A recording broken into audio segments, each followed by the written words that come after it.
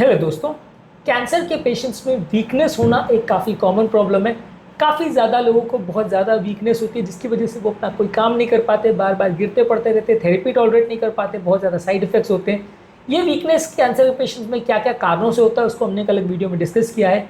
आज हम बात करेंगे इसके थेरेपी पर, क्या क्या चीज़ें आप कर सकते हैं जिससे कैंसर पेशेंट को कंपेरेटिवली कम वीकनेस लगे और उनकी लाइफ थोड़ी बेटर हो जाए। टॉपिक बहुत इंपॉर्टेंट है हर उस व्यक्ति के लिए जिसको या जिसके परिवार में किसी को कैंसर के इससे रिलेटेड कोई प्रॉब्लम है। टॉपिक पर जाने से पहले जो लोग हमारे चैनल पर नए हैं उन्हें रिक्वेस्ट करूँगा कि चैनल को सब्सक्राइब करें, वीडियोस को लाइक करें, शेयर करें, फॉलो करें, कमेंट करें, पूरा देखें।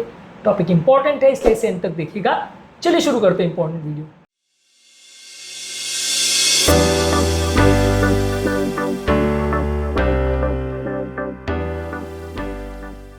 सबसे पहले मेडिकल इंटरवेंशंस में आप क्या कर सकते हैं। अगर कोई स्पेसिफिक कारण है, जैसे अगर खून की कमी हो रही है तो ब्लड ट्रांसफ्यूजन दे सकते हैं या एरिथ्रोपोइटिन दे सकते हैं जो हीमोग्लोबिन लेवल्स को बढ़ाने का काम करे। कोई स्पेसिफिक अगर इलेक्ट्रोलाइट इम्बैलेंस है, जैसे सोडियम पोटेशियम की कमी की वजह से अगर वीकनेस हो रही है तो उसको आप सप्लीमेंट करोगे। कई बार कैंसर के पेशेंट को बहुत ज़्यादा फटीग और मसल पेन होता है जिसकी वजह से पेन की वजह से वो लोग अपना काम नहीं कर पाते, तो आपको पेन का मैनेजमेंट करना पड़ेगा, पेन बेटर करना पड़ेगा। जब पेन ज़्यादा होता है तो आदमी सो भी नहीं पाता है, तो ये भी कॉम्प्रोमाइज़ होता है। तो या तो नींद की दवाई दीजिए, पेन की दवा दीजिए, तो इससे ओवरऑल पेशेंट को थोड़ा बेटर लगेगा। इसके अलावा ओवरऑल पेशेंट्स को कई बार कॉर्टिकोस्टेरॉइड दिया जाता है। ये बॉडी के इन्फ्लेमेशन को कम करता है, बॉडी के एनर्जी लेवल को बढ़ाता है और ओवरऑल एपेटाइट को भी बेटर करता है। हालांकि लॉन्ग टर्म स्टेरॉइड को यूज़ करने से और दूसरे तरह के साइड इफेक्ट्स और रिस्क होते हैं, पर कई बार स्टेरॉइड्स को प्रयोग किया जाता है ओवरऑल पेशेंट की थोड़ी सी लाइफ को बेटर करने के लिए और उसकी थोड़ी ताकत बढ़ाने के लिए। कई बार एनाबॉलिक स्टेरॉइड्स भी दिए जाते हैं जब पेशेंट को बहुत ज़्यादा वीकनेस होती है और मसल मास बहुत ज़्यादा कम हो जाता है तब। इसके अलावा पेशेंट को प्रॉपर न्यूट्रिशनल काउंसलिंग दी जाती है, प्रॉपर न्यूट्रिएंट डेंस फूड दिए जाते हैं, ज़्यादा प्रोटीन्स और हेल्दी कार्बोहाइड्रेट्स उनको खिलाए जाते हैं ताकि मसल मास उनका बढ़े और एनर्जी लेवल्स बढ़े। ये सारी चीज़ों पर ज़्यादा फोकस किया जाता है। ज़्यादा तला गला स्पाइसी ऑयली वो फूड खिलाने से उनकी और हेल्थ बिगड़ती है। ज़्यादा ब्लैंड और हाई न्यूट्रिशन वाला खाना उनको ज़्यादा सपोर्ट करता है, उनकी हेल्थ बेटर होती है, तो ये खाना उनको ज़्यादा दिया जाता है। हाई प्रोटीन और हाई कैलोरी वाला इंटेक उनको करना पड़ता है क्योंकि कई बार क्या होता है ये लोग बहुत कम मात्रा में खा पाते हैं, तो वो कम मात्रा में जो चीज़ खाएं वो एटलीस्ट पौष्टिक को आपको कोशिश करनी है। अगर दिन भर में आदमी 1 या 2 बार खा रहा है और वो खाना अगर समोसे कचौरी खा रहा है तो न्यूट्रिशन कुछ नहीं मिलेगा, हेल्थ बिगड़ेगी।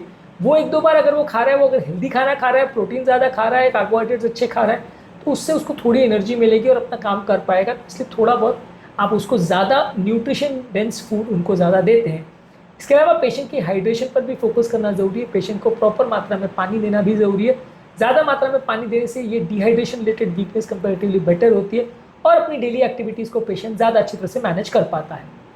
इसके अलावा पेशेंट को स्पेसिफिकली डिज़ाइन एक्सरसाइज प्रोग्राम्स कराए जाते हैं जहाँ पे ट्रेनिंग और एरोबिक्स कराई जाती है ताकि उनके मसल की थोड़ी ताकत जिससे बढ़े, ओवरऑल उनकी कैपेबिलिटी बढ़े, बार बार गिरे पड़े नहीं, उनकी कमजोरी बेटर वे में मैनेज हो। तो कैंसर पेशेंट्स के लिए स्पेसिफिकली डिज़ाइन एक्सरसाइज थेरेपीज आती हैं, वो आप पेशेंट को करा सकते हैं, इससे उनको फ़ायदा होगा। कैंसर पेशेंट के लिए स्पेसिफिकली डिज़ाइन फिजियोथेरेपी आती है जिसमें पेशेंट का मोबिलिटी, बैलेंस और स्ट्रेंथ इंप्रूव करते हैं। इससे भी उनका गिरने पड़ने का, फॉल्स होने का रिस्क थोड़ा कम हो जाता है, इससे भी उनको फ़ायदा मिलता है। इसके अलावा कैंसर पेशेंट्स में आप ऑक्यूपेशनल थेरेपी दे सकते हो जिसमें उनको डेली एक्टिविटीज़ करना और उसको ज़्यादा बेटर वे में कम एनर्जी को यूटिलाइज करके ज़्यादा अपनी एनर्जी लेवल्स को मैनेज करना और काम को बेटर रूप से, सुचारू रूप से कर पाने की ट्रेनिंग दी जाती है। इससे भी कैंसर पेशेंट्स को थोड़ा फायदा मिलता है। कैंसर के कई पेशेंट में डिप्रेशन वगैरह का प्रॉब्लम हो जाता है, एंग्जाइटी का प्रॉब्लम हो जाता है जिसकी वजह से वो खाना नहीं खा पाते, तो उसको आपको मेडिसिन द्वारा ट्रीट करना है, साइकोलॉजिकल काउंसलिंग करनी है। इससे ज़्यादा पेशेंट अच्छा लगेगा, वो अपना काम प्रॉपर वे में कर पाएगा। इसके अलावा कैंसर के काफ़ी पेशेंट्स में इमोशनल सपोर्ट्स की भी ज़रूरत होती है, तो कई बार एक सपोर्ट ग्रुप आप बना देते हो जहाँ पे उसी तरह के पेशेंट्स आपस में कनेक्ट करते हैं, एक दूसरे से बातें शेयर करते हैं, अपना एक्सपीरियंस शेयर करते हैं, तो उनको अकेलापन का एहसास नहीं होता, थोड़ा बेटर लगता है और वो अपनी लाइफ और अपने आने वाले ख़राब कंडीशन को बेटर वे में मैनेज कर पाते हैं। इसके अलावा आपको ये कोशिश करनी है कि पेशेंट अपनी एक्टिविटीज़ को बेटर वे में पेश करे, अपनी एनर्जी को कंजर्व करे, बहुत ज़्यादा एग्रेसिव काम नहीं करे, नहीं तो बहुत ज़्यादा एग्जॉशन होगा, और बहुत ज़्यादा इसेंशियल एक्टिविटीज़ को प्रायोरिटाइज करें ताकि अपना जो एनर्जी है उसको बेटर वे में, जो काम ज़्यादा ज़रूरी है उसमें यूज़ कर सके, क्योंकि ओवरऑल इनकी एनर्जी लेवल कम होती है और वो एनर्जी को अगर वो गलत डायरेक्शन में यूज़ करेंगे तो एनर्जी वेस्ट होगी, बहुत ज़्यादा वीकनेस होगा। तो जो भी एनर्जी है उसको प्रायोरिटी वर्क्स पर ज़्यादा फोकस करने में यूज़ करें और उसको बेटर वे में मैनेज करेंगे तो ज़्यादा अच्छा है।